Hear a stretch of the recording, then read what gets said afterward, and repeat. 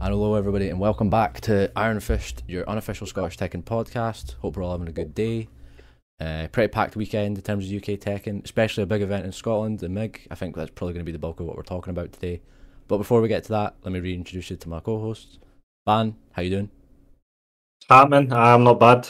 Fresh off my 9th place at the aforementioned MIG. I'm missing out on top 8. Missing out on top 8 sucks, bro. I know. Thanks to these two guys, man. Fuck's sake. But we'll talk about that later on. And Bolt, welcome back. How you been? Good to be here. Good to be. It's been a while since has it been the last one been at the beta or something like that? I think it was. Not sure. I think it was like the second episode. Yeah, so it must have been like right before the game came out. Yeah. All right. Welcome back. Nice to have you back on. We'll need to get your graphic updated at some point. Not as saying anymore, but yeah. Please do. Okay. I'll get Jack. Thanks as always, Jack, for doing the graphics, and we'll get another one up for you soon. Speaking of someone who's had their graphic updated, thanks to Character Choices, the Dusty, welcome back. How you doing?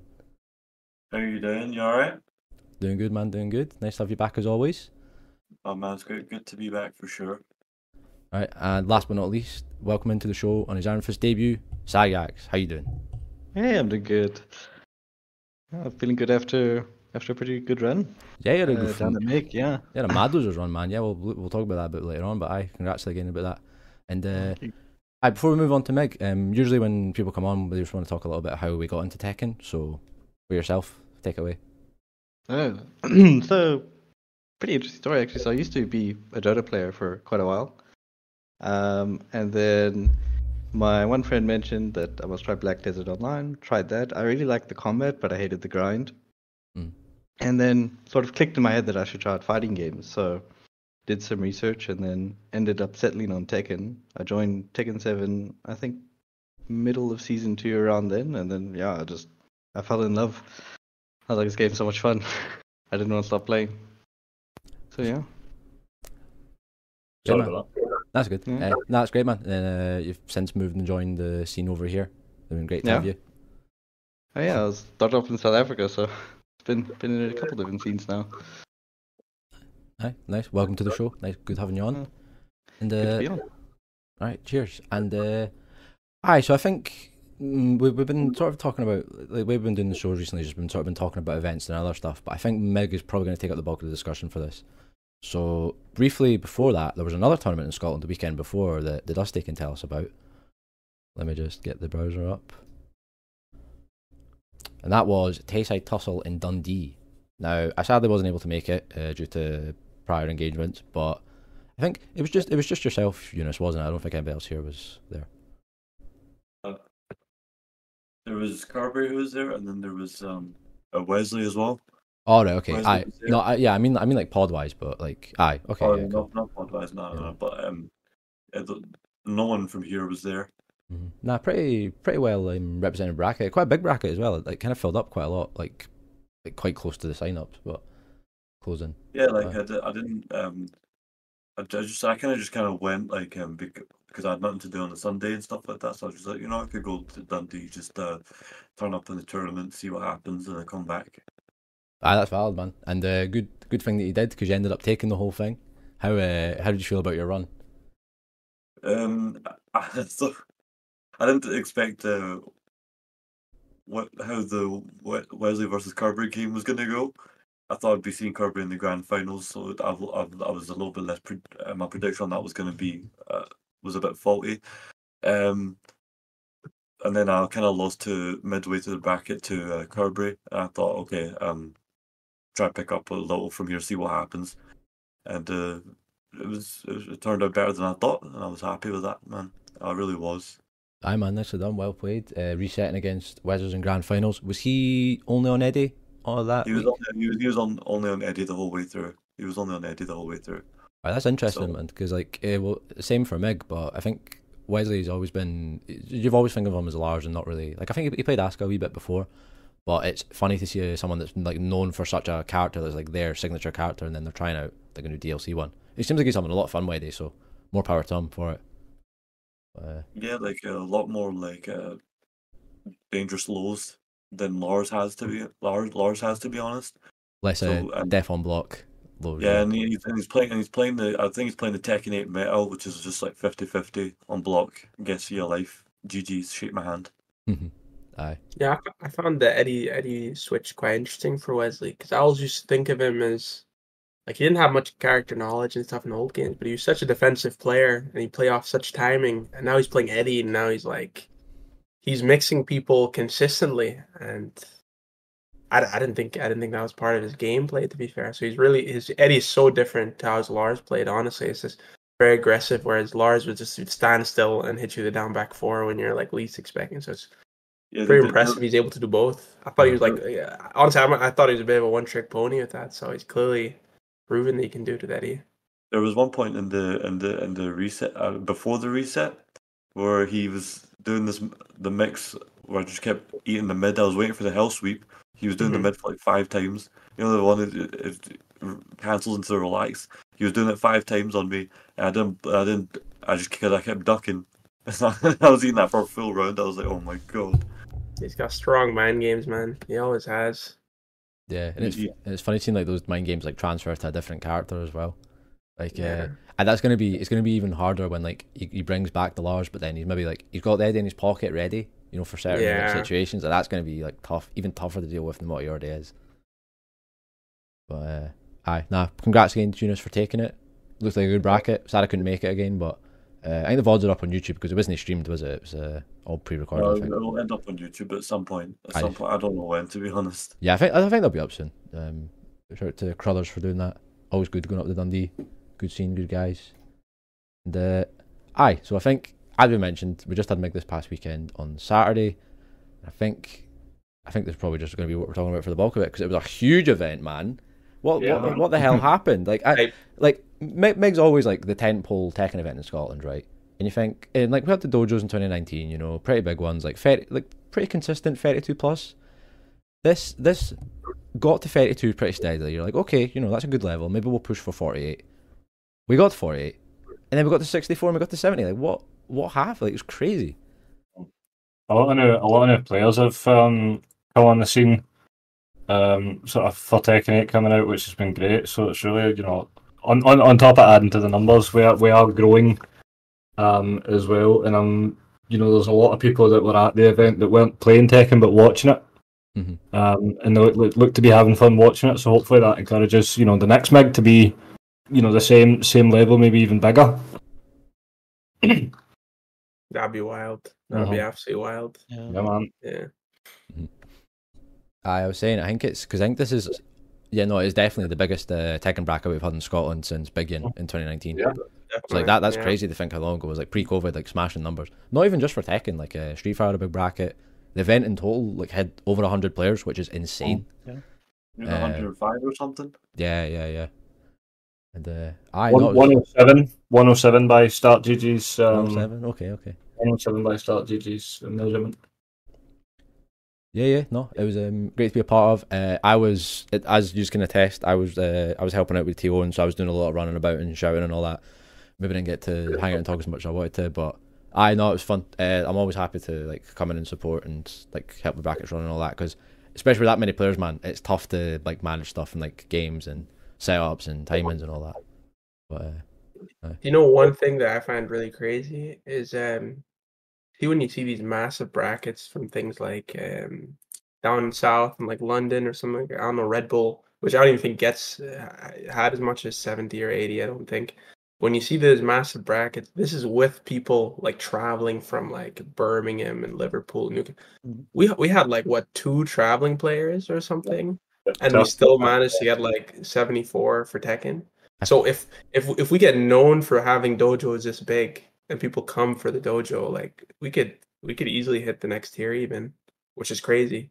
Because you look at those brackets and like there's like Red Bull is like there's like 10 players from Birmingham or something like that, or like 3 or 4 from Manchester. So that's crazy, you know, all Scotland. Yeah, and it's like even mentioning like among Scotland, like coming down from Inverness is not a small journey, man. But it's good to like how the scenes like sort of gathered around the event to have everybody coming from all different corners of Scotland. It was really cool to see. So I don't know. I can't remember, Daniel. I think we were talking a wee bit about this. Like, how many like larger brackets have you been a part of? Because I think this is obviously it's the biggest one you've been in Scotland. Was it By far. Yeah. I So think like, how did it feel to like be a part of that then? it was a great experience. Like I really enjoyed. I don't know, just it feels like epic. It feels big. It feels like this is a lot of people have come here for this. There's like if you get high, you can say like, yeah, I was top 5, top 6, whatever in like 70 people. That seems somewhat impressive. So yeah, it was really cool to be a part of, and I really enjoyed like getting to meet a lot of people I didn't know. A lot of met a couple players who did travel down. Like seeing Pika was the first time I met him in person. So Mhm. yeah, it's always a good time going to these events and actually talking with people face to face. Yeah, for sure, man, for sure. I was saying, like a lot of time when I was running about and calling names, especially near the start, I was calling a lot of names I didn't recognize, so it was tough to like put faces to names and all that, which is like it sounds like a problem, but it's a good problem to have when you consider like the amount of new players that were coming in. It's like Alistair's saying, just like the amount of like representation, like new blood who will come in and join the scene, and they'll be playing for years, and like we were the same when Tekken 7 came out. Like we were joining and coming in all these brackets, like didn't know anybody, but then you come in and you meet and you make new friends and all that. And I think I knew a few of the new guys who like knew each other from the Tekken Scotland Discord. Like they were hanging about together because like they know each other from like even just small interactions in there, and that can go a long way.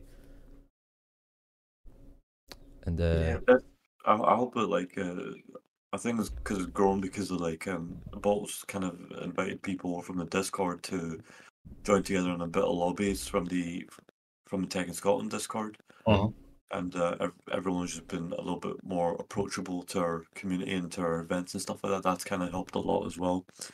I think it was something we should continue to do more.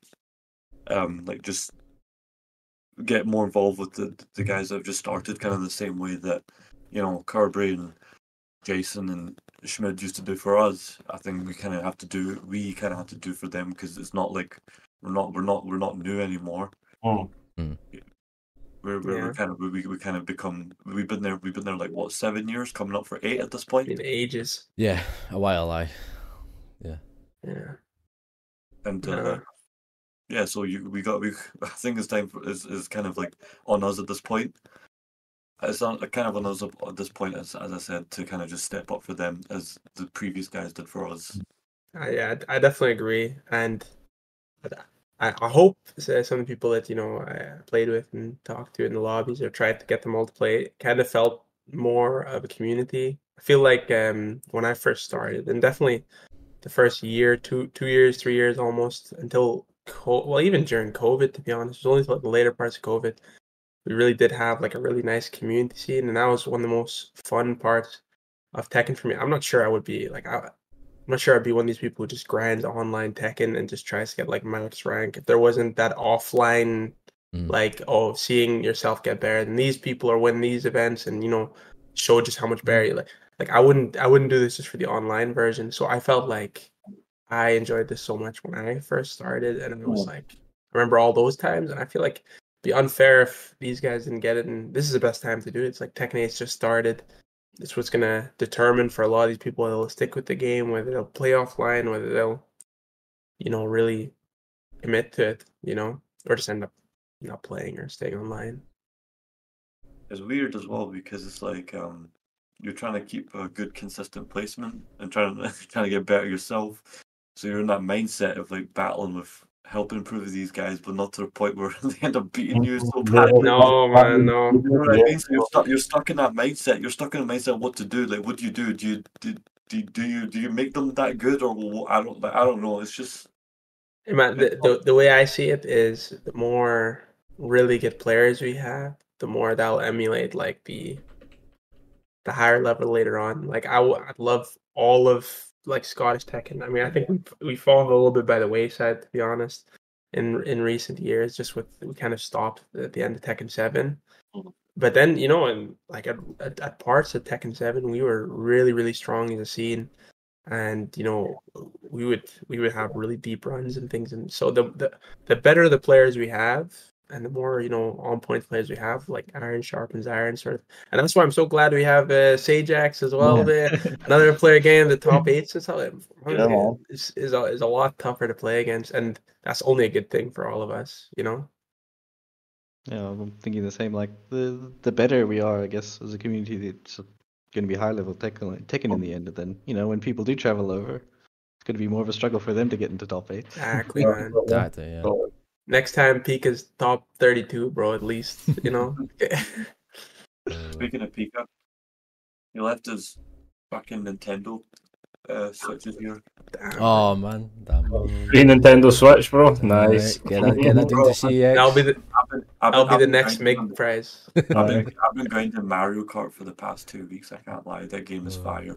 Oh man. Actually, yeah, that's a fair point. You had a visitor from Belgium, Pika, over. How was that? It was fun, man. It was really fun. He's funny as hell, and we kind of get along that way because I'm also pretty funny as hell. According to 85% of people that I know. Not to brag, not to brag. Yes, you are funny. Not to brag. Yeah. Not to brag. And we were talking a lot of tech and stuff as well. We were talking about one of the issues that we both agreed on, and he said I was talking about our offense timing, which I had this conversation with Bob before. I said our timing, I think, in the neutral, our timing is pretty good, I think. But after that, when we start our offense, it starts becoming predictable as shit. And he goes and turns around to me. He goes, yeah, your offense is shit after the neutral. So then I sat there and I says, there's only a handful of people right now. I'm thinking of probably Carberry and Alistair. Those are the only two people that I know, right, that can mix up in between when they're starting their offense and when they're ending it. Those are the two best people that I know of that could mix up their timing. Whereas the rest of us, there's one person to man, Grim. Grim has some of the best timing. Period. Obviously, he doesn't play much now. That was his whole thing. Yeah, retired, bro. Unlucky. Who's Grim? Yeah. There you go. Is that a legend from many moons ago? Yeah, has been. Don't kill me, Grim. Don't kill me, please. Right, listen. Like honestly, that's the conversation we kind of had and stuff like that. And I said it to him as well. I said to him because we had a talk about which was the best scene in the EU, which I said was Germany. I think because their spread of talent is like distributed equally, whereas you could name like 5 or 6 players from Germany, which is kind of the best players. Whereas us in the UK, we're kind of divided a lot. Whereas we could have had more great players, but we have kind of very few. I think UK is the best. I think UK is the best. Personally, I think UK is the best. Our top 5 versus their top 5 is probably more of a debate than whether our country is better than theirs. But then I think we still have much deeper talent as well in terms of how many players we have that are like really good. No, to me, I think I said this to Pika. I says they've got more better players than we have on a one level, whereas we got like people who can't even hold a pad. Do you know what I mean? Bro. And that's from there to Joker level, I would say, and then yeah. I mean, but if you think of like our top players, I feel like our top players are like you go quite far, you're still on the same level. I mean, like Kane and Trench, Gosane, K West, Joker, obviously. Mm-hmm. Even just those 4 are like feel close to top 10 in Europe. Mm-hmm. Do you know what I mean? Especially with winning tournaments, they definitely are. And then I feel like their talent pool is like mainly like the top 5 players, like Sefi, Tetsu, Kaizoku Lars. It goes deeper. The guy, what was his name? The guy got Nino. HK. Nino. I mean, wasn't Nino done offline though, right? No, he's done pretty good offline. He beat Cuddlecore offline like last year. I think he won. Then you can save someone like A Richie or something, who's like after that. I think the UK, the talent pool is like very deep compared to other countries. You could just keep going. You could just keep going, saying ridiculously good players. I think the thing is I would like our skill level of players to be equally like the way Germany is. Fair. But we don't have that. That's why I feel like in my mind that they are the best probably in the EU. Okay, well, enough about them. Let's talk about us. Actually, Daniel, sorry, I wanted to ask you.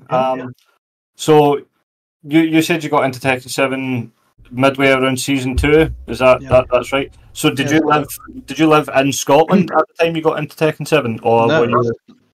So at the time, so for almost all of Tekken 7, I was in South Africa. So Right, okay. And is there much of a scene there in terms of fighting games? there's a decent scene, but it is like a very small scene compared to here.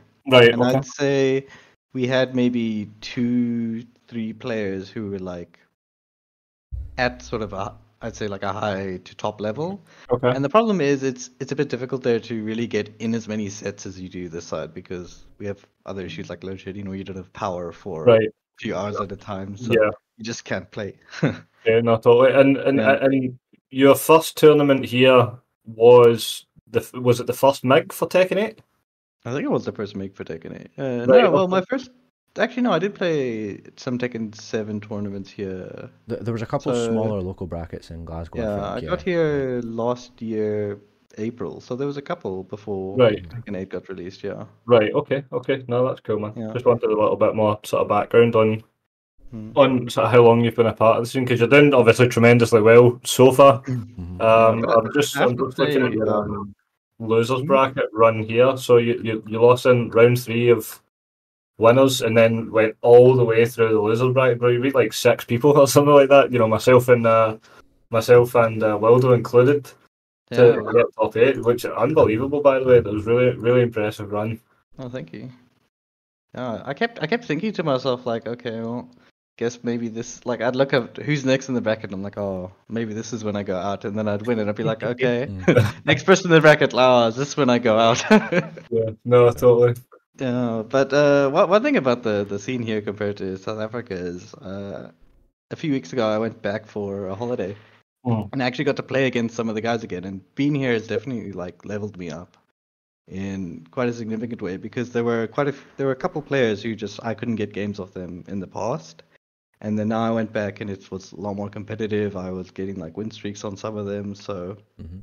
I feel like shout outs to the scene here in the UK and Scotland. Definitely helped make people better. Fantastic. That's good news. It's good news to see that we're growing so much, and obviously, you know, Greg Wildo's doing so much for the scene in terms of hosting the podcast. He runs the X account. Yeah, it's small things things. like It's not that big. No, but it's a macrocosm of small things that you're doing that's leading up to being a driving force for the scene. And then obviously, like like Eunice said, we've got Bolt pioneering, running, just online lobbies with everybody, which is great. For like, see some of these guys that was down at MIG, they're all talking and hanging out. I thought they were like friends before they got into Tekken. Nah, man, they just chilling, vibing, drinking Tenants. So.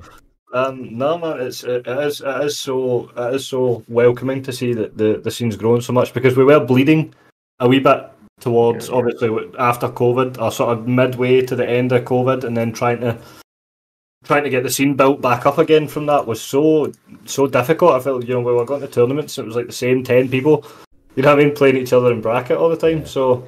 No, it's fantastic to see. Yeah, it's been said before, but I think it was like really cruel timing in terms of when like COVID hit, because it was right as Tekken 7 like hit its peak sort of, and then like the long tail of the game, like it was still fun. Like obviously I still played and I still like was part of the scene and everything, but like Alistair says, that slow bleed of like, oh god, how long have we got until the new game comes out? But we're finally here and we're getting 70+ man brackets and there's all these new players joining. And again, like Alistair mentioned, shouts to Bolt for having the lobby initiative, because I think it's been.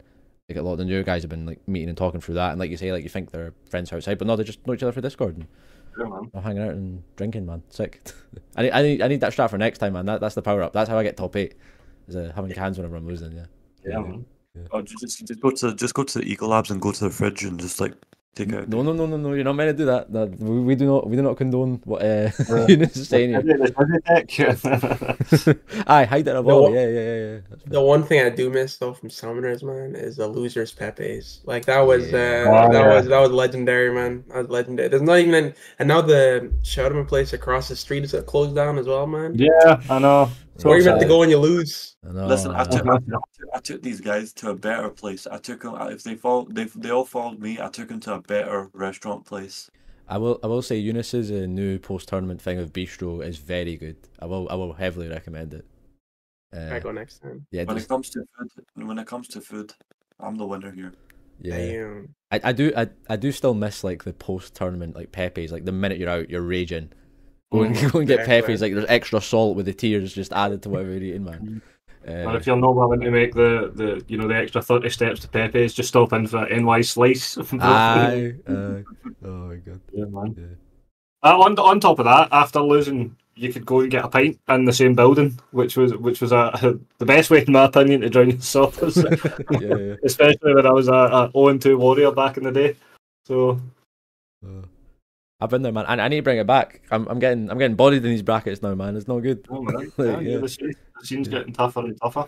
I know. All these guys showing up now. I'm like, oh, it's a bit too competitive for me, bro. Can we calm it down a little bit, you know?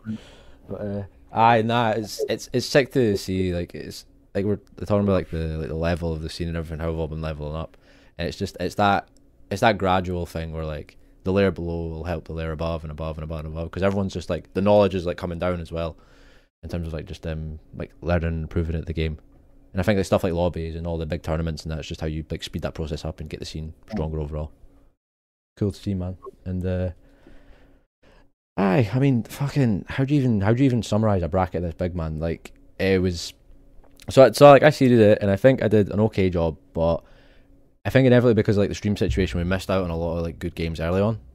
Like there's a lot of stuff off stream. I don't know if anybody had any highlights, like any stuff from their matches that we maybe didn't see, or.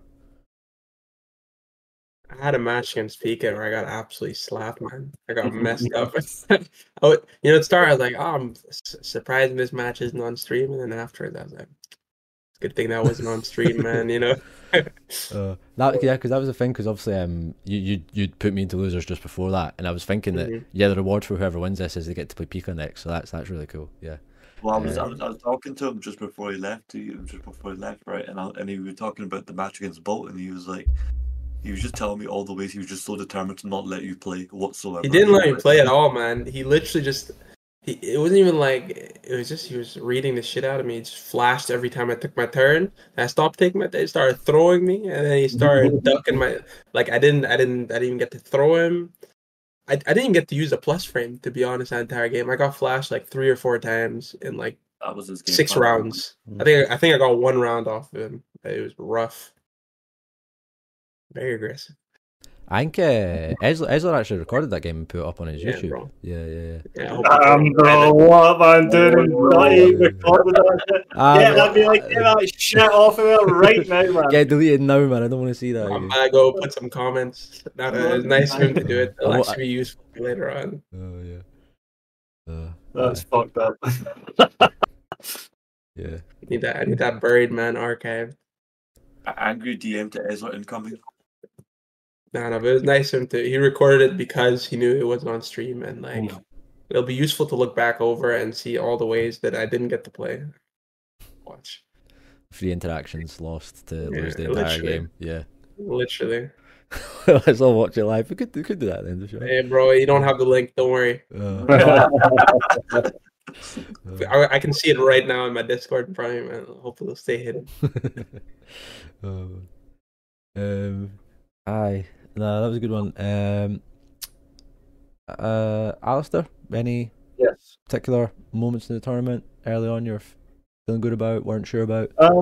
Well, to be honest, I came into the tournament already concerned over my portion of the bracket, because I had two players, one of which I know from, he's one of the new guys that's been in the Discord a lot. Fat Phil. The other guy I didn't know, Sycomancer, seemed to do okay. I think it was maybe 2 previous tournaments he was at, seemed to do alright, but wasn't overly concerned, for my first couple of matches. However, I had to play Jason. Right. DJ Vu.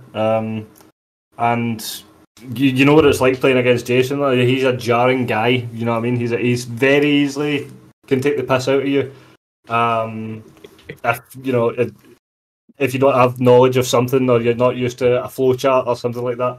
So I came in concerned over that matchup, because even if I won that, I had to play the guy who won the fucking tournament at the end of it anyway. I had to play the Beastman. So great. I played great, I'll say myself, against DJ Vu. not so much by the time I got to Aiden. I think I got a bit overzealous playing against him, not respecting frames, just bad movement, things like that. Got in my own head over it before moving on to get O2'd by our new friend here, Sagax. But overall, mostly happy with how I played.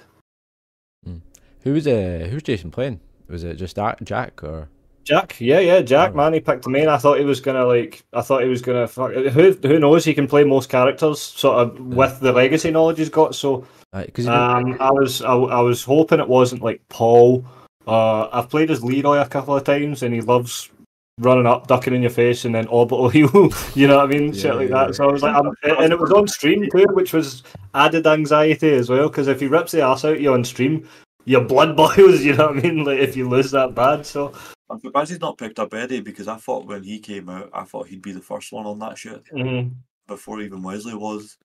yeah, because that was quite a late game thing for Jason. He had the Eddie, played him at Edinburgh a bit. Yeah, don't know. I think Jason chat. I'm not sure if he's tried Eddie out yet or not, but I've been playing Victor as well. I kind of expect to see the Victor maybe, but no. I've played against him and loses. He played Jack. I think Jason might be playing the game a bit less, so he doesn't have like the 8 pocket characters he had in the last game and things like that. Oh my god, yeah. Potentially. The Paul and the Law and the Leroy. Jesus. And, nah. The Bob. Yeah, the Bob. Big Rogan Bob. Bobby's coming back next season for World Cup. No, not, man. Hope not. Hell no. I miss. Don't you? I miss the Bob. Don't you guys want to see fucking back to and all the forward rolls and? No, I'm good. And to slide. Me too. So I think there was only one person in that whole tournament like I really wanted. Well, there was 2 people actually that I really wanted to beat. The Elisa player I wanted to really beat, and that I lost the first game, and I was like, shit, okay. So then I tried to reset myself back again, and then I beat him eventually, which I was happy about. And then I wanted to get that slimy wee punk Peace Man. yeah. I was wondering where you were going with that. I was very cautious, but yeah, okay. Could have been any fucking name. Could have been anyone. Who's it gonna be? I wanted to beat him. Like he's beating me in every single offline tournament. I just wanted the one win today, right? That one win, and then I couldn't do it. And then it's like I love shit talking Aiden because it's just so funny. Like he gives me great reactions and everything. It's like I just do it for the hell of it sometimes, not even just to be competitive. But then it falls down on me when he beats the crap out of me, and when in that top 8 game he fucking kicked the crap out of me.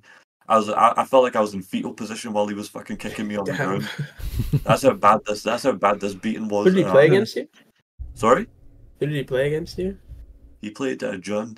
Yeah, He played John. And he didn't even. I don't even think he even needed to do the broke shit. I think he was just still kicking the crap out of me. I was choking pretty fucking hard in that set. But he was also doing fair play to him. I'm glad he was the one who did the work in grand finals. Yeah.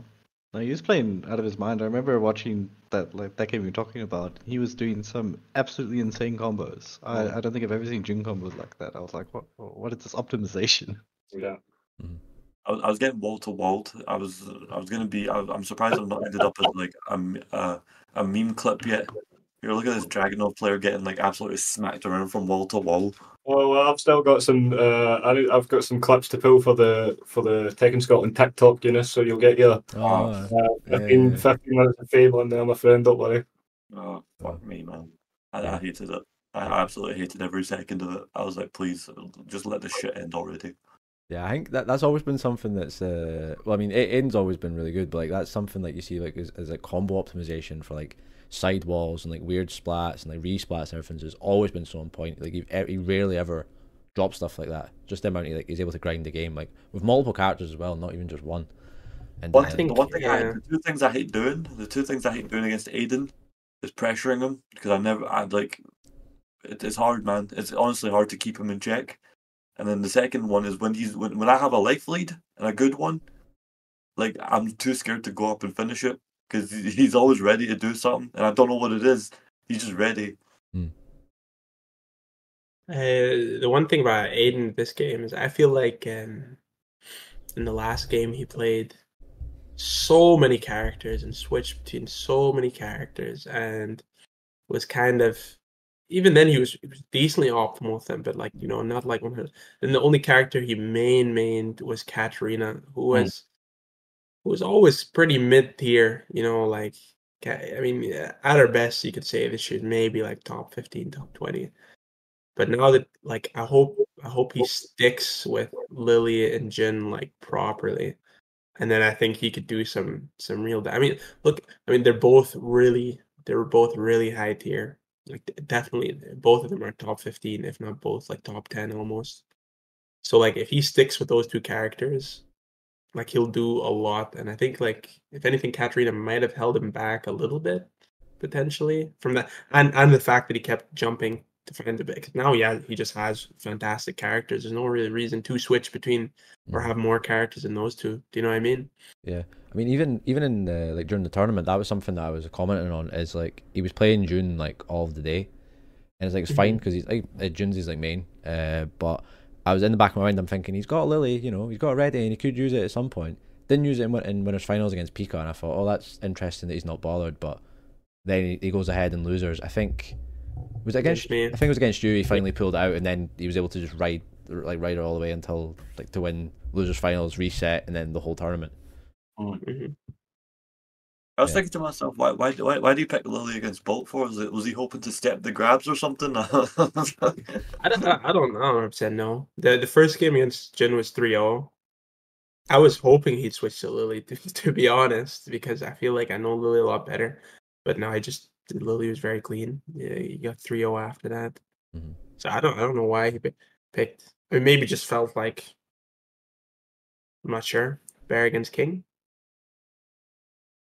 Yeah, maybe. I'm not too sure. Yeah, whatever the thinking was, it definitely worked out in the end.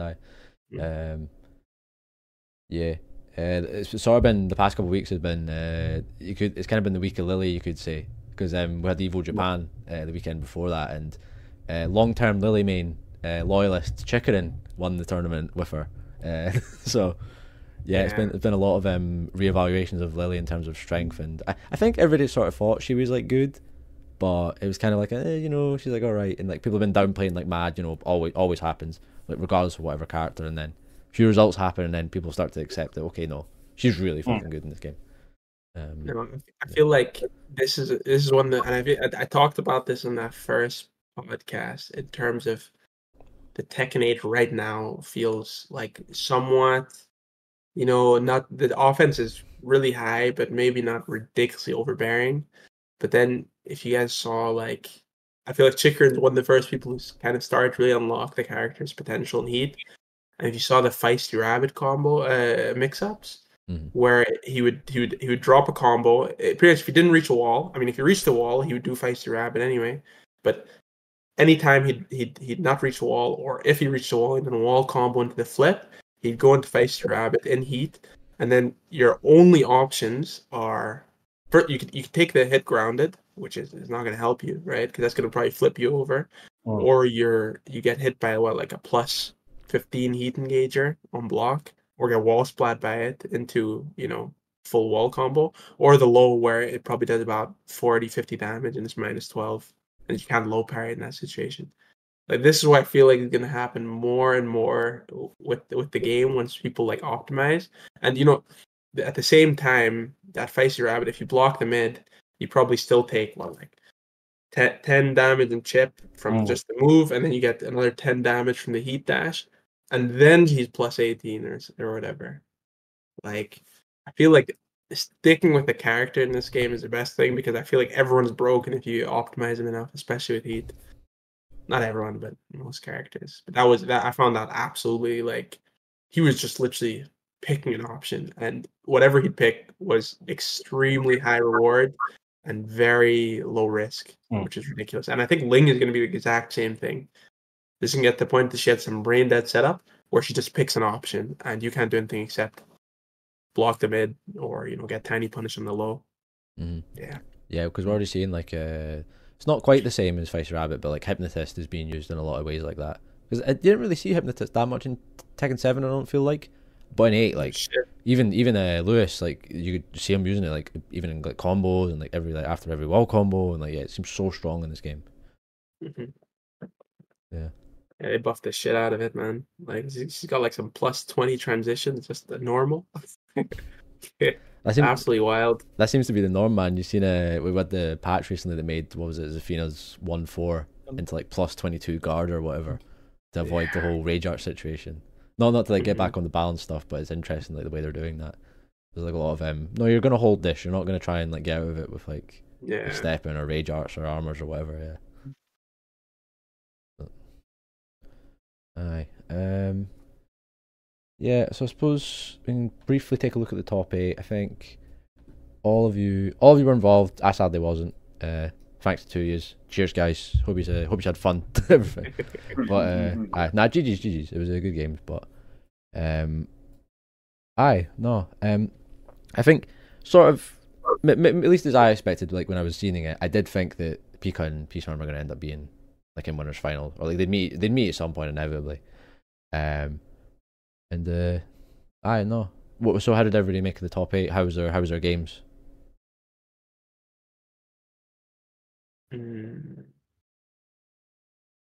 I felt like some really fun games. It was good playing against Wesley and Eunice and Sajax. I think they're really fun games. I think it was good. I feel like the people I would have been annoyed playing against would be like Turkey and Eddie Lewis, because I don't know how to play against those guys. I mean, to be honest, I don't know how to play against Eddie either. But I really enjoyed the games, and the Aiden set was fun as well. But yeah, it's close games, all of them. Yeah. Yeah. Yeah, we talk about Daniel's losers run, but you had a decent losers run yourself actually. Like you just got knocked out with Pika just before top 8. For top 8, yeah. And then you went free game and losers in top 8. That's not easy, man. That's tough, especially against all these guys. Yeah. The Heat Smash carried me. It's quite good. Or Rage Art. One or the other. Oh, bro, Rage Art. What was it? Free Rage Arts to win like in one game. Yeah, 3 Rage Arts, 3 rounds. Oh, it's disgusting, man. Happening Tekken 8. You just saw him in the handstand, just a Rage Art. Yeah, but I'm not even messing about, man. If I have a Rage Art every round, man, like I'm gonna spam the shit out of that, man. Like you saw it in EVO Japan. Everyone is just like, why would you not use the Rage Art if you're about to lose anyway? Well, I mean, in those situations, I wasn't even about to lose, but like, there's no reason not to use it if you have a decent read, you know. If it's like just, I guess I try to use it more in like approach and people, like, you know what I mean? Like when I'm like, this person is definitely going to do something like running at me now, which can make me look quite stupid if they stop. But when it works, it's quite good. I watch for the sequence for the Rage Art, right? I watch for an animation to come out. If I see an animation come out, exactly, like that's the best time to throw it out, because it's got armor anyway, so it's gonna blow through it, whatever you're gonna do. I think people don't tend to dash block. I think if they have dashed in, they tend to dash and do something straight away, or like while running movers. So when I see someone dash in and I feel like they really want to press something, I just Rage Art straight away. The thing works quite well. The thing I was talking about, I got from Jason actually. Jason was the best at pulling out Rage Arts and like at the best moments. 100%. That's how I got my idea from, to just kind of. I watched him do, like, as soon as he saw an animation, he was ready to press it, no matter where his health lead was or whatever. Like that's kind of how I got my idea from. On the flip side, I feel like I'm sort of paying the price for using Rage Art a bit too much, maybe early game now, where I feel like I want to say I can't quite remember, but I feel like at least in both the games, like in MIG, there's like key rounds that it's so easy to just, you see like a little dash up and you're like, okay, hit it, and like it's just the panicking and not like if you're not like playing properly careful and like relaxed, you can maybe pull the trigger on it a bit too often, and then it just lead to like you losing. It's easy to rely on it, definitely. Yeah, I definitely did early on. Like people can attest, like a lot of those early tournaments that Ross especially can attest. It's like me using Rage Art like end of every round pretty much. Yeah, became a bit of a crutch I think for me anyway. But yeah. We touched upon it a wee bit already, but Daniel, that losers run, mental, crazy. What was going through your mind? Is like you were just like going through like half the bracket, man. It's crazy. I mean, at the start, I was like, okay, cool. I can probably make it through my first couple matches. Seems like I got down here so early. And then I ran into SSY. It was actually a really decent Shaheen, and I was like, oh, I guess the bracket's starting to get tougher now. And then, yeah, I don't know, I just kept seeing who was next, and I felt like from there it was all pretty tough matches, and I just... Oof. I didn't realize just how far this run was. That is crazy. Yeah, my second game I lost, so then I was down in losers, and I just... That's godlike, man. I just somehow didn't keep winning, and I was like, okay. Yeah, the second game was Sibber, the Alyssa, that I don't think a lot of us were looking out for. Didn't expect to be as good as they ended up being. They made a big run as well. No, who is that? They beat Wesley, didn't he? Or she? Yeah, beat me and Wesley. I think they used to go by Stinky Cade. I think anyway, because I feel like I seen that name on the bracket. I need to confirm. Lily and Alyssa. Yeah, Lily and Alyssa. Yeah. They've played been, them on. Yeah, it definitely is Stinky Cade. It definitely is Stinky Cade. You know, because when I was doing the seeding, that was what the name showed up as, and I think it must have got changed at some point. But yeah, no, that's cool. It was nice to see some names you've seen like previously, because I think they came to a few MIGs beforehand. But yeah, again, led to Daniel maybe going down earlier than he maybe should have, but didn't matter in the end, man. Ended up clawing his way back for the bracket, you know. I felt like every match felt like this could be the one I got out, and I just somehow kept pulling through. Like I remember, especially against the Kaka match, where I was like, "Oh, it's a Ling. I really don't know Ling." Yeah. I was like feeling the dread. Yeah. But yeah, somehow it just kept working out for me. I think a lot of it is that the Tekken 8 system allows you to just sometimes not let people play. I think that's what Chicken was showing, is like you kind of just have to go in and run your thing before they run their thing. So, in situations where you're like, oh, I don't really know this matchup, sometimes it's okay because you can just make all your reads properly. So how do you feel like Lee lends himself to that then? I mean, I think he has a lot of situations that just lead to more good situations. Like I can do running 3-4 over and over, and it's kind of hard to stop you. It'll go under jabs. Sometimes you try like float it, so you're kind of committed to sidewalking it, and then I can do 1+2, which then leaves me in Hitman +2, and then I can do like the freaker jabs and to cancel, which leaves me still +1. So I feel like compared to Tekken 7, I get a lot more plus frames to work with. Whereas before I felt like Lee was, you're just always negative. You're trying to play with the negative frames. You're trying to play at -1. You're trying to play into them trying to check you. And I feel like now you kind of just get to have slightly more traditional offense where I have this advantage situation to this advantage situation, and you keep playing them. So yeah, that's how I feel he's changed. Also, back four is a lot worse. It's a lot easier to whiff punish, I think, in this game. And it's lost before you could go to Hitman stance, and it would track both sides, and that's gone now. Completely linear, so. Yeah. Yeah, no man, it was good. It was good getting to play. So I'd been sent down to losers by Bolt up here, the King man, stinking. I was not ready for that at all. I was like, I know King enough, you know, I'll be fine. Not I'll be fine, but like I won't get hit by stuff I've not recognised. But then I was getting grabbed and scooped, and I just wasn't breaking, and I was getting clipped by stuff. I think I think every game I've seen you play at MIG, you did Atlas Hammer round start at least once. I don't know. I have never even. I don't know why I was doing that. Like I didn't even know the combo off it because I've never. I'm still like very new to the character, and I was like, what if I do this? Yeah. So I don't know. I started trying Atlas Hammer, seeing if it. I think it was useful. I think they all hit. At least, the one against me hit definitely. Yeah. I think most of them hit. I think I had done one against Wesley where he blocked it and he only like jabbed me. But I didn't even know the combo. Now I've learned the combo. Okay.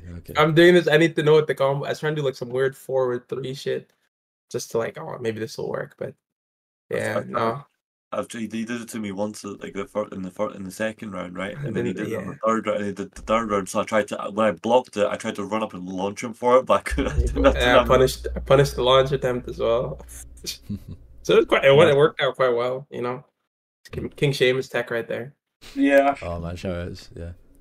So how long you been playing King for then? Not long, because like coming into tournament, like a tournament as big as this, to play him, you figured you'd go for it and see how it went, yeah. I feel like I've character hopped quite a bit, even just since this game started. But played King probably about 3 weeks. I think I remember I texted Eunice. I was like, bro, why is no one playing King? This character is absolutely like nuts. He has all, the throws are so buffed in this game, and then everyone lost their magic fours, but King didn't lose his like I-12, I-13 counter hit moves. Then on top of that, his armors are really buff. He has a new stance. He has one of the best heat smashes in the game. And I was like, I need to learn this character. Like, see, because I'm still looking for a character. Like the first character I played when this game started was Lee, and I was very quick. I was like, I can't play this character, man. I'm not willing to take this many L's, bro. I was playing against some brawlers trying to do back two loops and draw. So I was like, no, I can't play Lee. And then I picked Victor for a little bit, and I was like, oh, this character's decent, but felt a little bit boring. Like I think he's a bit generic and a bit slow. And then I picked Shaheen, who I found a lot of fun. I really, really enjoyed Shaheen. I think he's a fantastic character, really strong, but he felt similar to character I played.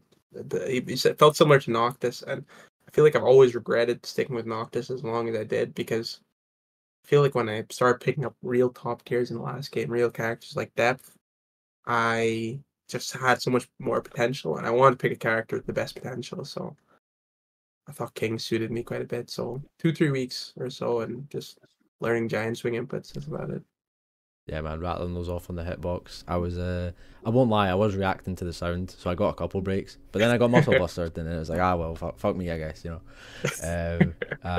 Get muscle bustered. Yeah, no, that was the thing about both my games, both my losses. Is like I kind of did I win the first game against you, Bolt? I might have. You definitely did, yeah. I think you won quite convincingly as well. Yeah, it was the same. It was the same against Daniel, I think. Where even though I've been in tournaments long enough, where there's still like win the first game, there's a little bit of no, it's going good. Maybe you maybe relax a little bit too much, and then like especially in a game is like swingy, Tekken 8. Like once the comeback's on, you start to like, oh god, there's like how many rounds left, and he's in heat, and I've lost my heat. Like rage art, like whatever, It feels like it's a lot more like it's easy to get like paralyzed in a situation like that. I feel like a lot of momentum for sure in this game. Yeah. Massive amounts of momentum. Yeah, no. And I think something I'm struggling with at the moment is like making quicker adaptations. Like I feel like in T7 like I adapted alright, but it took me like a lot longer than it probably should have. And I think I'm feeling that especially in Tekken 8 now, where like say I'll win the first game or win the first few rounds, but then I won't be like thinking about what to do next beyond that. It just becomes, oh, my health sweep's getting blocked now. Oh no, what do I do? Oh, I've lost. So it needs to be like a bit of a better adjustment to that, and not something that I was guilty of in T7 at one point, where against Daniel I lost with Jin. I'm like, I'll play Lily. Like why? Like I immediately regret that decision. I feel like in Tekken 7 I did that when I would go and play Claudio sometimes, and I just like why do that to myself when I was so focused on like whatever main I was playing. But yeah, no, it's definitely making me like reevaluate like what characters I'm playing and like what adjustments to make and how to approach like first to twos and sets and everything. But I feel like my mindset shifted a lot for Tekken 8. I feel like in Tekken 7 I felt like you could overcome anything just by defending better. Like if someone keeps landing like lows on you or something, be like, oh, I gotta fuzzy better, I gotta sidestep duck better or something like that, or I need to like find a good timing to duck these lows, or if I do. But I feel like in this game I'm more like I have to disrespect them here, or I have to mash here. Like I've started thinking when I was playing King and Shaheen. Aggressive game, bro. Yeah, really, you have to be aggressive on offense and defense. I've just started thinking, and I never even used my armor move at all in Tekken 7. I have just started spamming the shit out of armor moves. I'm the same. I very rarely use like power crushes and stuff like that in T7. They were shit. I'm always throwing them out now. And they have such high reward now as well on top of that. I just want to jump in and say, like, see, from the get-go when they announced aggression, to me, I thought, this is what I thought. I was like, they've changed the meta completely. It's no longer poke, run away, counter hit like Floyd Mayweather or something. This is like Manny Pacquiao, get in there and start fighting. Stop running away. So like to you, both, it probably did it take you quite some time to figure out that the game was like, stop running, bitch, fight. I'm still. I feel like I'm still adapting to it. Like I keep telling people, like I definitely think I was quite a bit better at Tekken 7. Because like the last Tekken 7 tournament, the one I was playing Julia as well. To be fair, like a main that played for a while, but like I got like second, and I was still placing. And then I started Tekken 8, and I was getting washed, man.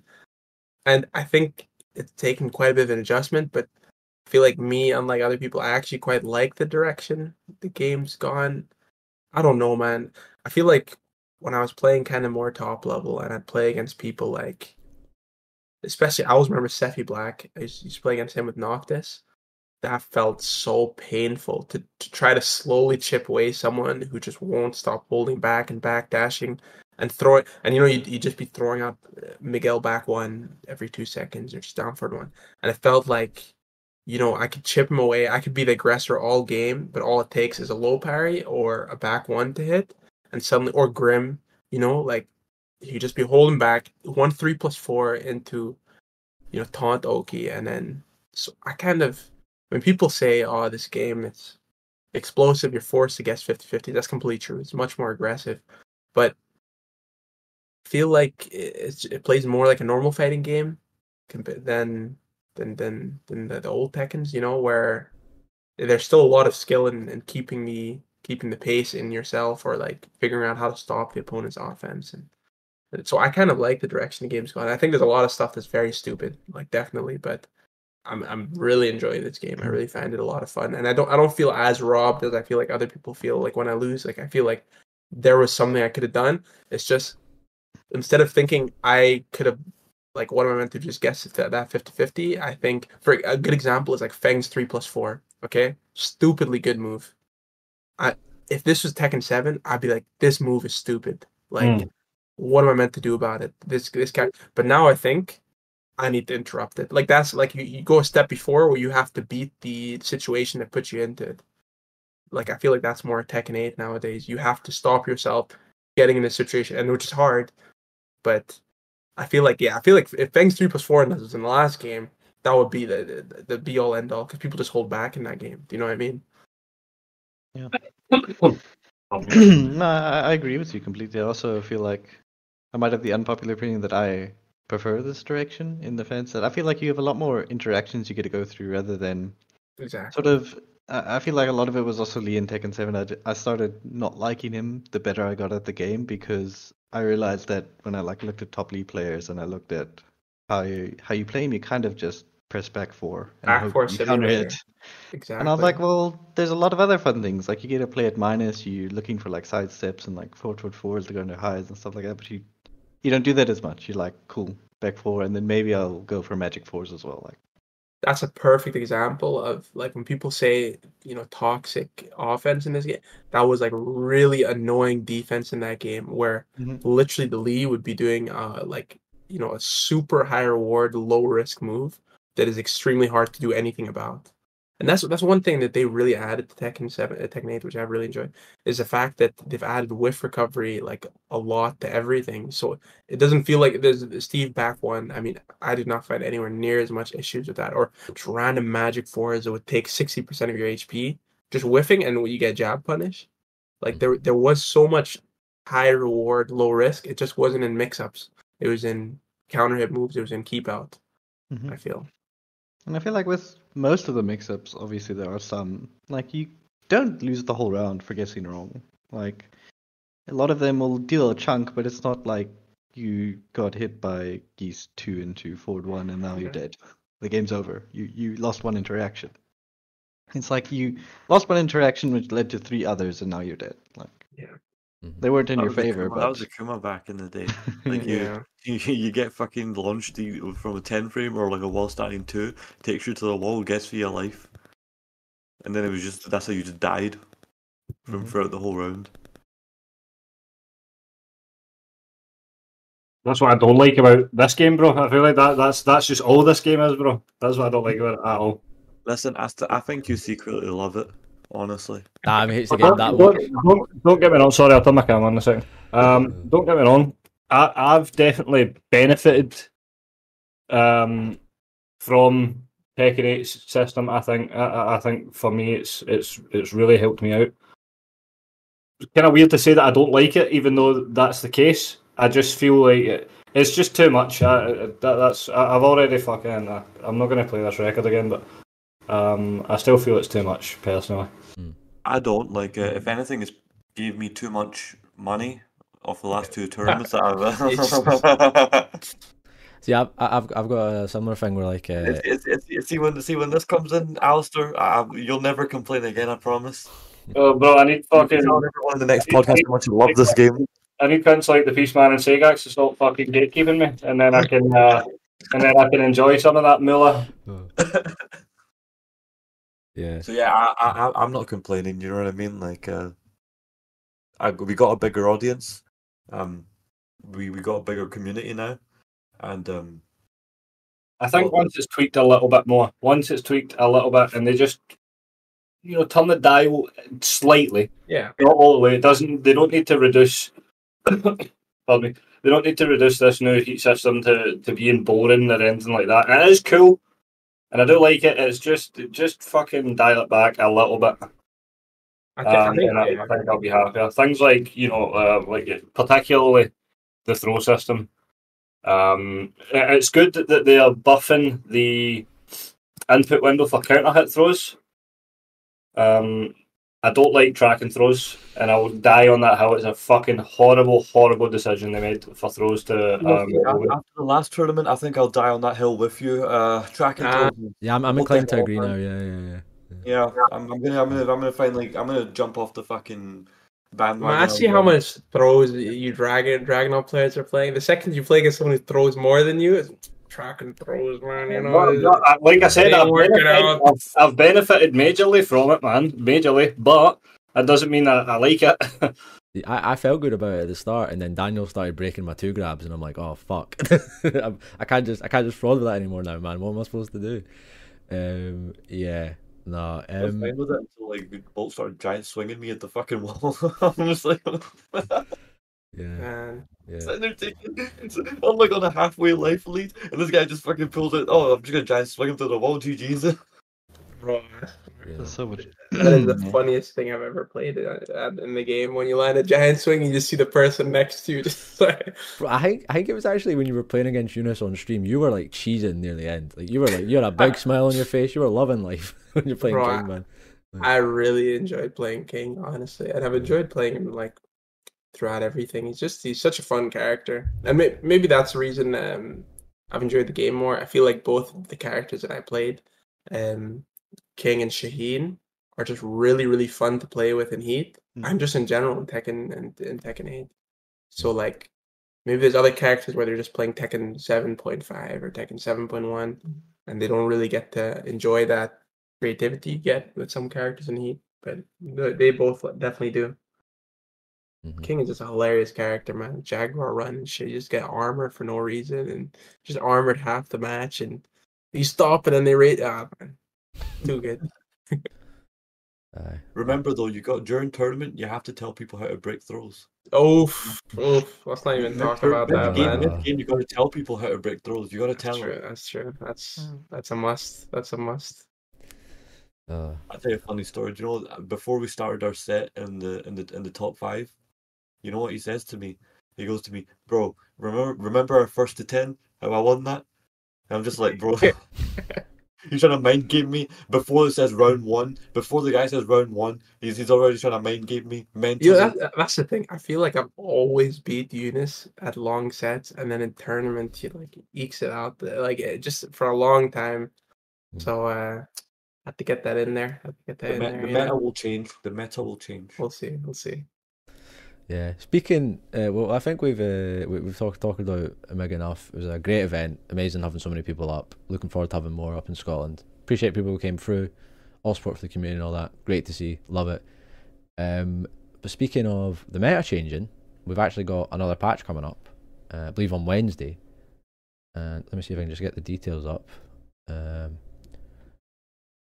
know. It's not too big an adjustment, I don't think. But there's enough in there to look at in terms of like changes and what sort of like direction they're taking the game further in.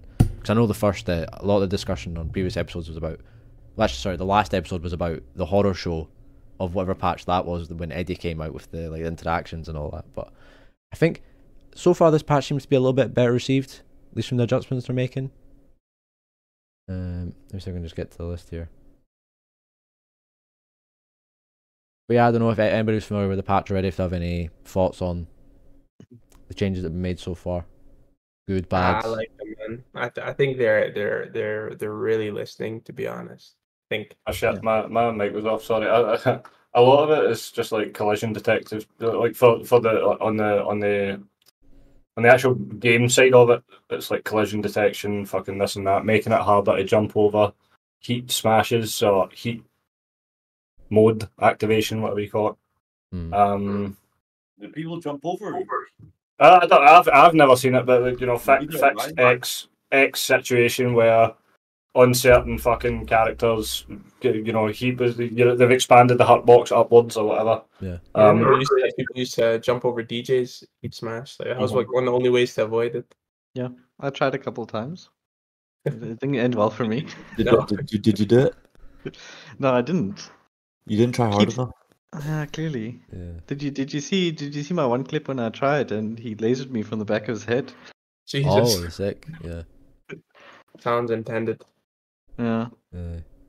Yeah, I think. This game was funny as hell, man. This game was like one of the funniest Tekken games I've ever seen in my life. See when I saw that clip of the one I shared from Daniel's one on X. See when I saw that, I burst out laughing so much. It's just had some hilarious moments. I feel like the hitboxes are even goofier than they were in 7. 100%. I feel like they really need a lot more tweaking on hitbox and hotboxes for Tekken 8 move. I feel like you get clipped in things like that on sidestep and sidewalk. Even Korean backdashing. When you're backdash cancelling, you get clipped a lot more on that as well. So it seems like on a system level, they need to still tweak that a bit. Or that could just be that I've got bad movement, but I'd like to blame the game. There's just been so many funny interactions. Like I'm recalling one that's making me like I'm trying my hardest not to laugh right now. Is the one where I was having an offline set with Carberry in my house. He did a clean sidewalk. It was the cleanest sidewalk I've ever seen around my drag heat burst. Right, he was at the back of me, and he wanted he was gonna go for a whiff punish, and then the second hit caught him. And that's the thing. A lot of obviously when you press a button in Tekken, your character's hitbox is expanded. Mm-hmm. I feel like it expands it from the arm to just the whole body is now a big massive hitbox. Whenever you press a move, I feel like that's why I get caught a lot. I often get clipped after a sidestep because I've started my attack, but it's like just the first frame of startup causes my fucking hitbox to get massive. Too big, I think. I don't know if this is maybe just me, but I feel like that still needs some tweaking. Anyway, I get what you mean. Like, see, like it's like when I try to do a sidestep, I do this thing prematurely sometimes, where like I fucking do down forward 2 for no reason, thinking that a whiff is already gonna come. So I'm presuming things. So see, as soon as I press a button, or they've as soon as I sidewalk, right, I should stop and block, right. But I've pressed a button and they've pressed a button too, but they've hit me. Because pretty much I've pressed a button. Whereas if I did nothing, then it pretty much I think is that what you're kind of talking about? Yeah, which is fair in some cases, but what I mean, sort of to be more specific, is when you are if you sidestep around someone like you're saying Cadbury did to you, and it doesn't the interaction doesn't make sense. Like physically, you can see that you're fucking standing behind. How is this catching you? It was a problem with some moves still in Tekken 7, even I guess now, but I feel like it just happens so much in this game. Can we put it down to like skill issue? Probably, maybe. Okay, well, let's go with that then, because can't really blame the game much. So I'm just gonna put it down to skill issue. Should have tried better. Yeah. Kirby should have tried. Like Kirby should have tried better. Yeah, I think. Sorry, I coming think. off that. Yeah, I think like they are slowly addressing stuff like that, but it's not gonna. It's never gonna be a case of like they're gonna do one patch and all of the funky stuff is gone straight away. You know, it's just gonna Yeah. take like addressing and addressing and addressing. And I think that this patch is a good. It's a much better sign than what the last one was. I think in terms of like the stuff they're targeting. In terms of balancement adjustments, I don't know if there was much controversy. I think what I'm focusing on right now is I think the biggest loser of this patch is probably Azucena. By far, I think. Yeah, and I don't. There were certainly some proclamations I've seen on Twitter about how the character's dead now. I think it's a bit of an exaggeration. I don't play the character, so I might be wrong for all I know, but definitely quite a harsh hit. I think characters mid-tier at best after this patch, to be honest. I think they have someone nerfed who the played shit a out dead of her. character in the last Tekken. Like, there's ways to use someone. There's always a way to use someone. Like, yeah, as a Senna, like lost some of her stuff, right? But there's a different way. It's like when I talked to Sully, like he told me that the JP character got nerfed. So that means that instead of playing offensively, those players adapted by playing more defensively instead. So there are ways, even if character gets nerfed, right? There are ways to make it work. Sure.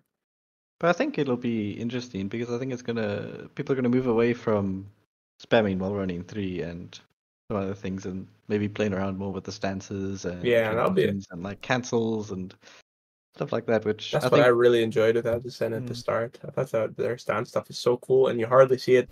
The only time you see it is when they're about to like mix the shit out of you, like in massive plus frames. Like nothing to do with any evasiveness or even they don't even cancel much either. They just press their most basic. But she plays like Kazumi in some ways. Honestly, like she's very basic the way people have been playing her.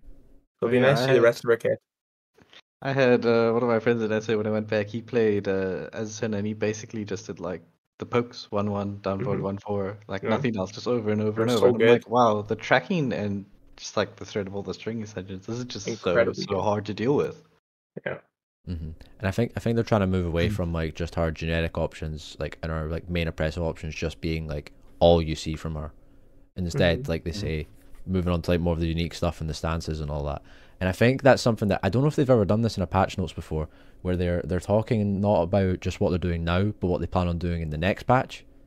Like not just for like Azucena, but I think June they've talked about what they're going to be doing next. And even here for Azucena, they're like, yeah, we're gonna look into making her more distinct next patch, which I think comes with buffing stances and that sort of thing. So it's good to see, on top of the direction that they've got for what's coming out now, what they're planning ahead for the future as well, which shows a bit more foresight with the changes they're making. Where I don't know, sometimes in the past you'd see a change and there'd be no explanation for now and what they're doing later. I think it's a good step in that direction, definitely. So I think Azucena is probably the biggest loser. Ryan, decent amount of changes. It just looks like collision detection, all those sort of changes. I think he might have got his heat smash buffed a little bit. That was quite weak. Because it would drop a lot in combos, wouldn't it? Yeah. Yeah, and I think it was just so slow, and it doesn't even give you that great of a situation afterwards. So I think they buffed it pretty decently. What? I can't remember. Someone say he was plus like 20 or plus 15 from plus 9 to plus 15, which is pretty crazy. Wonder, I mean, in terms of like being able to do taunt after, then maybe. Yeah, very true. Yeah. Devilgen, we're talking about the heat smash. I think that's finally getting nerfed, so it should in theory be easier to step, but you never know. We'll need to see what it's actually like in practice, because I remember when they said Azucena's was going to be easier to step on the first time round, and that was not really the case. Well, it was easier to step, they still just couldn't punish it because you flew a million ways away, but yeah. But it also is shorter, so I think it's going to be a lot less of a, he's in heat beat, just hold back, which is going to be nice. Yeah. And I think two of us here can speak to this guy as being going for the ring a little bit. I don't know if it's looking good. Dragunov has obviously been highly talked about a lot the first few months of the game. Very strong, very oppressive, even more so than his like peak days in T7. Eunice and Alistair as two guys that have been playing a lot of Dragunov in early Tekken 8. How are we feeling about the changes? I mean, just looking at it right now, I don't really understand why running 2 was nerfed. I don't really think anybody had any problem with running to, like give the just frame now does. The just frame for running 2 now does what the regular running 2 damage does now. I don't see the point in that, changing it from +6 to +4. The only real big problems anybody had with drag was back 4 hitting grounded or having such a big hitbox in the first place. Down back 3+4 and QCF 4. I feel like a bit unnecessary. I mean, maybe damage was a bit high, but this thing. There's still every other character in the cast still does this crazy high damage. Are you gonna reduce everybody's damage? Dragunov without heat or rage was easily hitting 100 damage. Like no, yeah, no chance. Yeah, with that wall ender, did like 35 damage. Like it does 35 damage, and you have a BMB that's like 70 damage. I still feel like every other no heat, no rage does this crazy damage. Like, but anyway, they do that damage with heat first, and then the guaranteed hit. Dragunov would just do a BMB, and half the time they'd get you to the wall, they'd do the screw thing, they'd activate heat, and then they just do the rest of their combo. Just they're in heat, and you're on the floor, and it's like already done 100 damage. Yeah, man. The wild stand, the full crouch move nerf was surprising, but whatever. It's kind of unfortunate you don't get the guaranteed shoulder on counter hit. I don't know what they're going to do with the counter hit. Probably just says that the second hit no longer knocks down when the first hit's counter hit. So I don't know if it's just going to be like a stun animation or whatever, kind of like like Kazumi down back 4 ended up being something like that. Yeah, just like plus whatever guard, and you have to take the mix. Maybe. Yeah, but it's already like +7. Probably just gonna have no counter hit property at all. Probably. That's the most likely thing. Because it already is like +7, so it already is like a force mix. So. And then down back 3+4, it looks like it staggers on block now. Which is, I love that change. Yeah, so that's a good change. Yeah. That's a great change. It was so difficult to punish that. And it was -15 exactly as well. I remember I was playing Shaheen, I had to specifically hop kick it. I couldn't even do while standing 2. And I had like 4 different punishes for, like down 2, full crouch down forward, down forward 1, down 4, like everything had, and then down back 3+4 had its own punish as well. It was, I think he's still gonna be like top 15. That's just how crazy he is in this game. But he's gonna have way less damage, it looks like. Way less damage. The down back 3+4 range has been nerfed as well. And then let's see. What Dragunov's behaviour when blocking to ensure that any character can punish an area with an aerial stagger. Anybody can. Right. Okay. That one's fair. Yeah. I honestly thought that they would have went with increasing the startup frames for it, but with what they've done to it, if they also increase the startup frames to make it reactable, I feel like it would have been a fucking dead move. So I think he's still got a hatchet. He just the situation. I mean, he still has a very high damage load. It probably still has very good tracking. It's just it can't loop into itself, and you could probably backdash in certain situations. And if you do block it, you actually get the punish. So I think it's still much better than. I mean, I'm not happy at all. I'm okay with it. To be I honest. love the changes. Personally, I think now is the best time more than ever for people to stop complaining. I'll probably stop complaining. I enjoyed the broken shit like for a while. It was great, having people like just proper scared of you to press it. Plus, I don't know why you'd be so scared. Just do it. Anyway, I think the changes are good. I saw the down back 3+4 coming. To be honest, to +3. I even called the number in my head. I was like, they're gonna make it +3 or something. That's what I said, and they did. And running 2 to make it +4. I didn't really understand that change either, to be honest. But to be fair, it is so much easier to do in this game. So perhaps they just wanted to kind of balance out the easiness reward compared to the reward. You know what I mean? And then just combo damage scaling kind of seems a bit nerfed, which is fine. I'm not really bothered by that, to be honest. I still like Dragunov. I thought he's a pretty cool fucking character.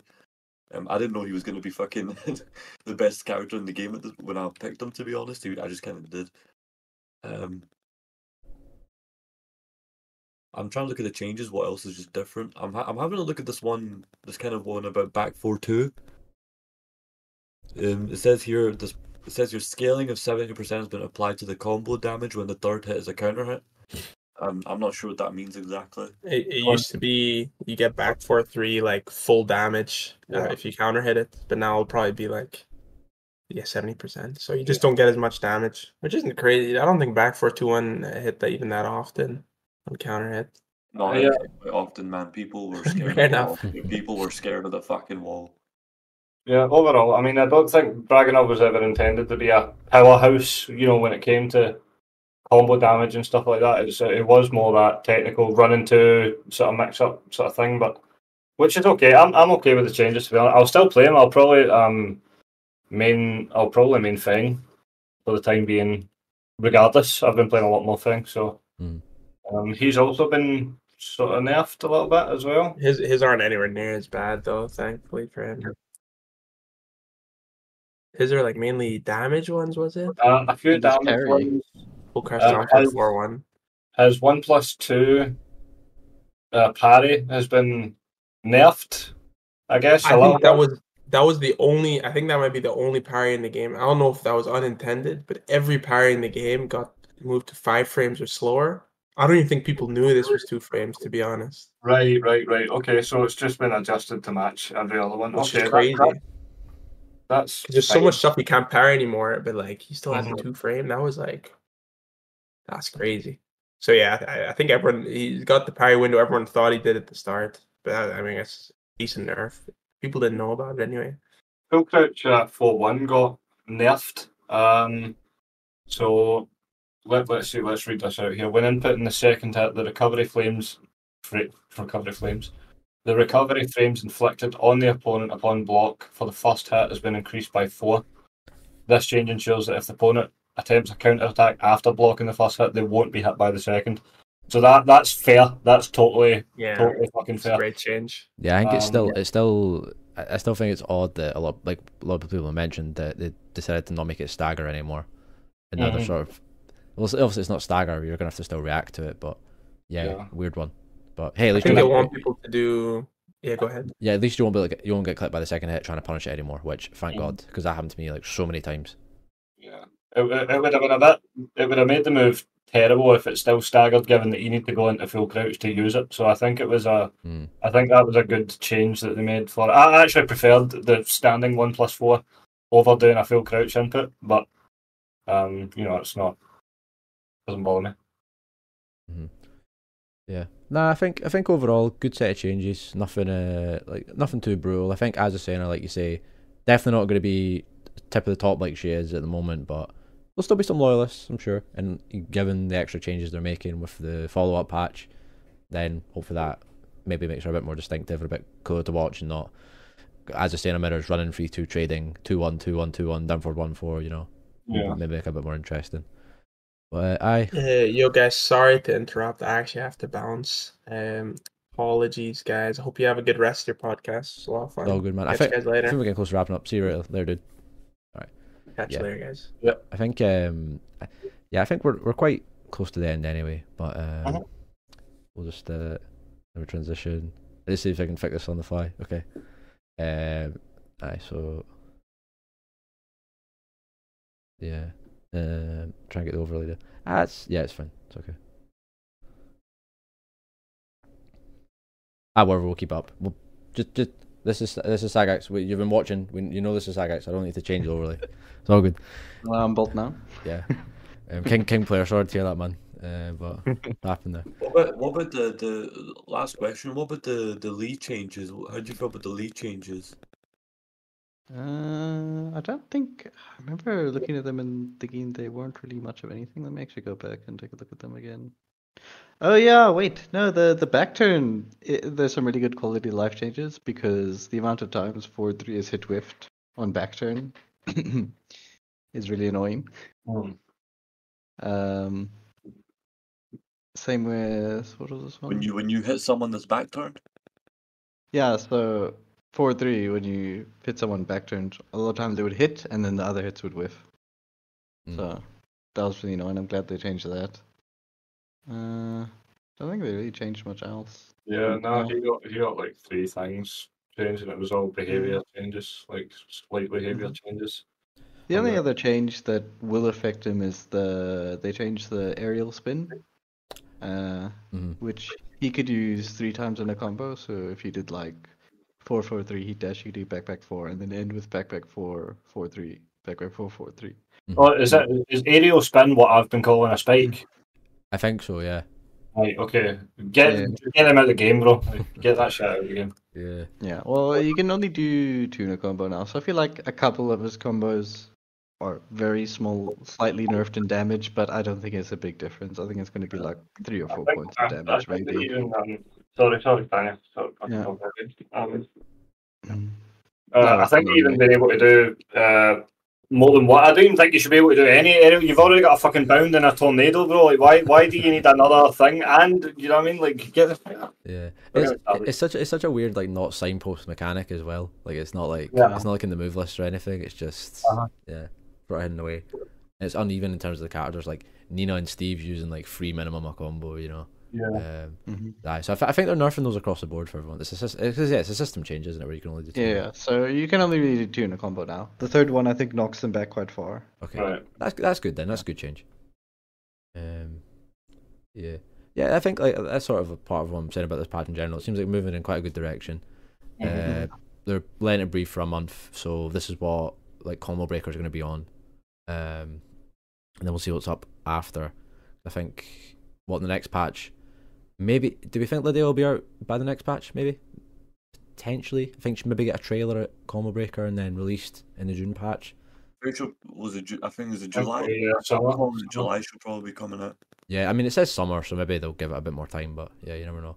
I just to briefly touch upon that, I played a lot of Lydia in T7. I'm happy she's back. I honestly didn't expect it really. I don't know because like she was popular when she came out because she was good. Like she was also like a good design, I think. But She was a good character. Yeah, she kind of fell off a bit when she wasn't as like broken, I think. But it'd be interesting to see how they adapt her to the system because I think it was. I don't know if it was properly confirmed, but I think some of the later T7 DLC characters were actually like originally designed for T8 and then sort of like retroactively fitted into T7 because of COVID and all that. But yeah, no, I'm looking to see how she fits into this game. Political Storm Heat Engager, I'm there for it. I'm looking forward to it, man. It's gonna be sick. It's gonna be -14 like it was in the last game. That's all good. I'll hit confirm it and get a guaranteed ground spike. I'm fine, man. That's all good. I don't mind. I'm looking forward to it. Actually, briefly, how you feeling with Lydia? Good choice, bad choice? Not really that bothered. As long as it wasn't Vacuum Ram, I'm happy because I didn't want to see Vacuum Ram back. I don't ever want to see that character back ever again. Yeah, I don't want to know what Vacuum Ram and Heat would have been like. Yeah. I feel like that's going to be nightmares. So screw the Heat, right? Screw the Heat. I don't really care what the Heat is about. I just didn't like the character. I thought this was visually just looked ridiculously stupid to me. Yeah. And I thought, why? Just bring back the other guy. Bring back the other one. I feel like Lydia is a sort of bad omen for that because it feels like they're bringing back the later T7 DLCs. They're not going to waste all effort on them. So facts probably coming soon, if not this season, then next. You know, but hey, we'll never know. Hopefully, fingers crossed that someday, I don't know. Julia, I'm one of the rare few that like to like Julia to come back. Cause I actually like playing Julia, but then again, I'd probably as soon as I play against her in Tekken 8, I'll be like, nah, why did I even think that? What have I done? But yeah, I'm being told to sit down in the chat. Oh, Jason, but funny.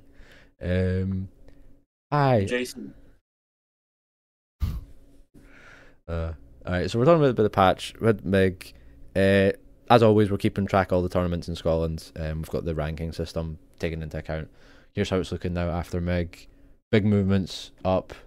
Peaceman now taking top spot over Skull Panda. Bumping you down, Eunice, all the way down to top 3, man. Oh, it's so hard, man. I can't deal with that.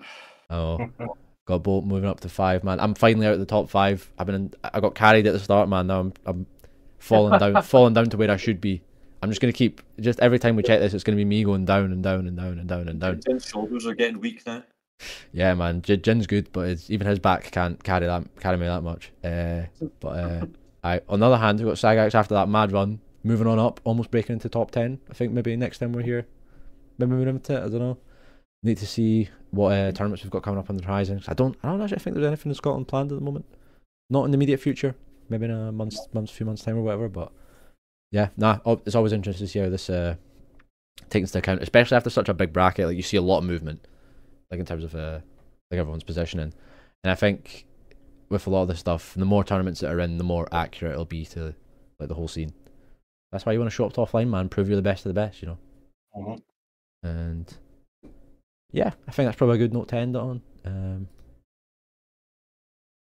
So again, just to recap, MIG, great event, about as good as we thought it would be. Just amazing seeing so many people, so many new faces, so many old faces. Did pretty good. Ran a bit late, but that's expected considering how huge the bracket was. Yeah. Good times, Hubble. Nice hanging out and seeing everybody. And I'm excited to see what's up for Tekken in general, but also Tekken in Scotland. So hope everybody has a good time. Thanks everyone for joining in. Next MIG August. Yeah, because I think we're on a quarterly schedule now, aren't we, for MIG? Like every 3 months. So we'll need to see what's coming up. I'm sure. I think we should hopefully be back soon for Edinburgh. I know we're still talking about little things, but hopefully we can get locals back. I know locals at Glasgow have been getting more Tekken attendees recently, which is always nice to see. But yeah, try to find someone to raid. But like I say, thanks everyone for joining in, watching.